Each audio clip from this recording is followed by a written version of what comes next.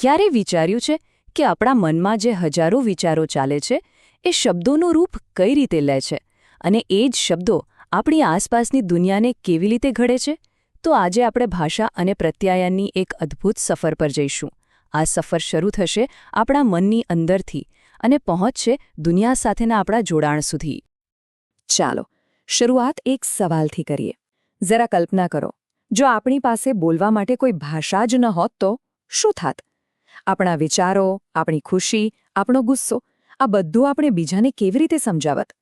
આ એક સવાલ જ આપણને ભાષાની અસલી તાકાતનો અંદાજ આપવા માટે પૂરતો છે. તો આ સફરમાં આપણે કયા કયા પડાવ પર રોકાઈશું? સૌથી પહેલાં આપણે ભાષાની શક્તિને સમજીશું, પછી એના મૂળભૂત ઘટકોને તોડીને જોઈશું, એ પછી વિચાર અને ભાષા વચ્ચેના ગૂંચવણભર્યા સંબંધને ઉકેલીશું, અને છેલ્લે આ બધાનો ઉપયોગ કરીને એક અસરકારક વાતચીત કેવી રીતે કરવી એની ચાવી મેળવીશું.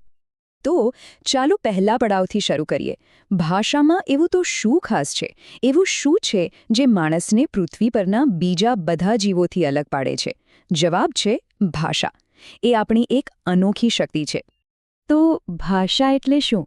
એકદમ સાદી રીતે સમજીએ તો એ ચિહ્નો, અવાજો અને અમુક નિયમોની એક ગોઠવણ છે, એક સિસ્ટમ છે.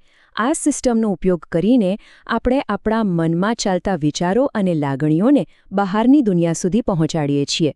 સાચું કહું તો ભાષા એ બે મન વચ્ચેનો એક પુલ છે. ઓકે, તો આપણે એ તો સમજ્યા કે ભાષા શું છે, પણ સવાલ એ છે કે આ ભાષા બને છે શેનાથી? જેમ કોઈ મોટી ઇમારત નાની નાની ઈંટોથી બને છે, એમ ભાષા પણ નાના નાના બિલ્ડિંગ બ્લોક્સથી બનેલી છે. ચાલો આ ઈંટોને જરા નજીકથી જોઈએ. શરૂઆત થાય છે સૌથી નાનામાં નાના યુનિટથી, અવાજથી, જેને આપણે કહીએ છીએ ધ્વનિ ઘટક. આ ભાષામાં અવાજનો એ નાનકડો ટુકડો છે જે આખા શબ્દનો અર્થ બદલી શકે છે. જેમ કે પ અને બ. આ બે અલગ અલગ અવાજ, પાર અને બાર, શબ્દોને એકબીજાથી તદ્દન અલગ પાડે છે. હવે જ્યારે આવા અવાજો ભેગા થાય છે ત્યારે બને છે અર્થ. આ બીજો ઘટક છે રૂપ ઘટક. આને તમે અર્થનો સૌથી નાનો ટુકડો કહી શકો, જેનાથી વધુ નાના ટુકડા ન થઈ શકે. જેમ કે ઘર શબ્દ, એ પોતે એક રૂપ ઘટક છે.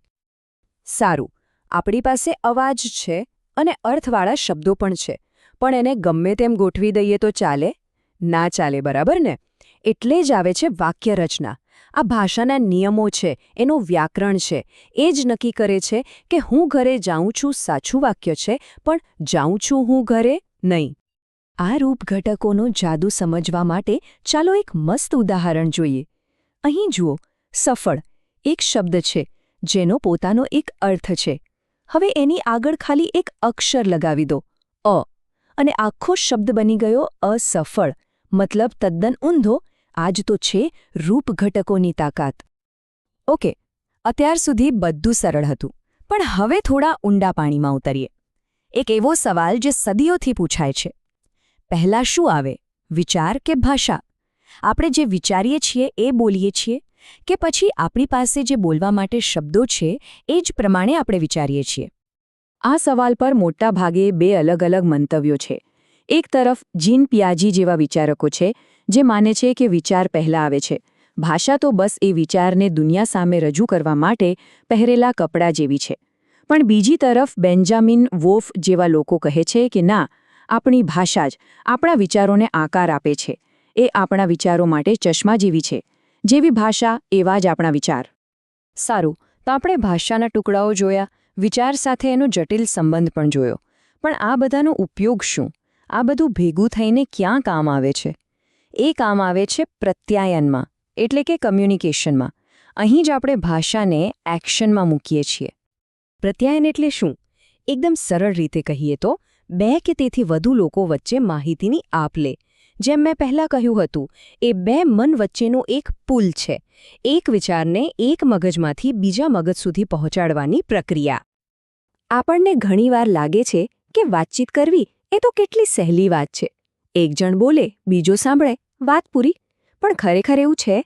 ના, વાસ્તવમાં એનાથી ઘણી વધારે જ જટિલ પ્રક્રિયા છે. અહીં આપણે એ જ આખી પ્રક્રિયાનું એક મોડલ જોઈ શકીએ છીએ કે કેવી રીતે એક વિચાર લાંબી સફર ખેડીને બીજા સુધી પહોંચે છે. જરા આ પ્રોસેસને જુઓ. ખાલી એક સ્ટેપ નથી, ઘણા બધા સ્ટેપ્સ છે. વિચાર ગમે તેટલો સારો હોય, પણ જો તેને સાચા શબ્દોમાં ન મૂકી શકાય તો અર્થનો અનર્થ થઈ શકે છે. એ જ રીતે વાત કહેવા માટે કયું માધ્યમ વાપરવું? ફોન, મેસેજ કે રૂબરૂ? એ પણ એટલું જ મહત્વનું છે. આમાંથી એક પણ કડીમાં ગડબડ થઈ તો સમજો કે કમ્યુનિકેશન ફેલ. તો હવે આપણે આવી ગયા છીએ આપણા છેલ્લા અને સૌથી મહત્વના પડાવ પર. પ્રોસેસ તો સમજી લીધી, પણ એને બહેતર કઈ રીતે બનાવવી? આપણા કમ્યુનિકેશનના પુલને વધુ મજબૂત કેવી રીતે કરી શકાય? ચલો એના વિશે વાત કરીએ. જેમ કોઈ પણ પુલમાં સમય જતાં તિરાડો પડી શકે છે, એમ આપણા કમ્યુનિકેશનના પુલમાં પણ ઘણી તિરાડો હોય છે.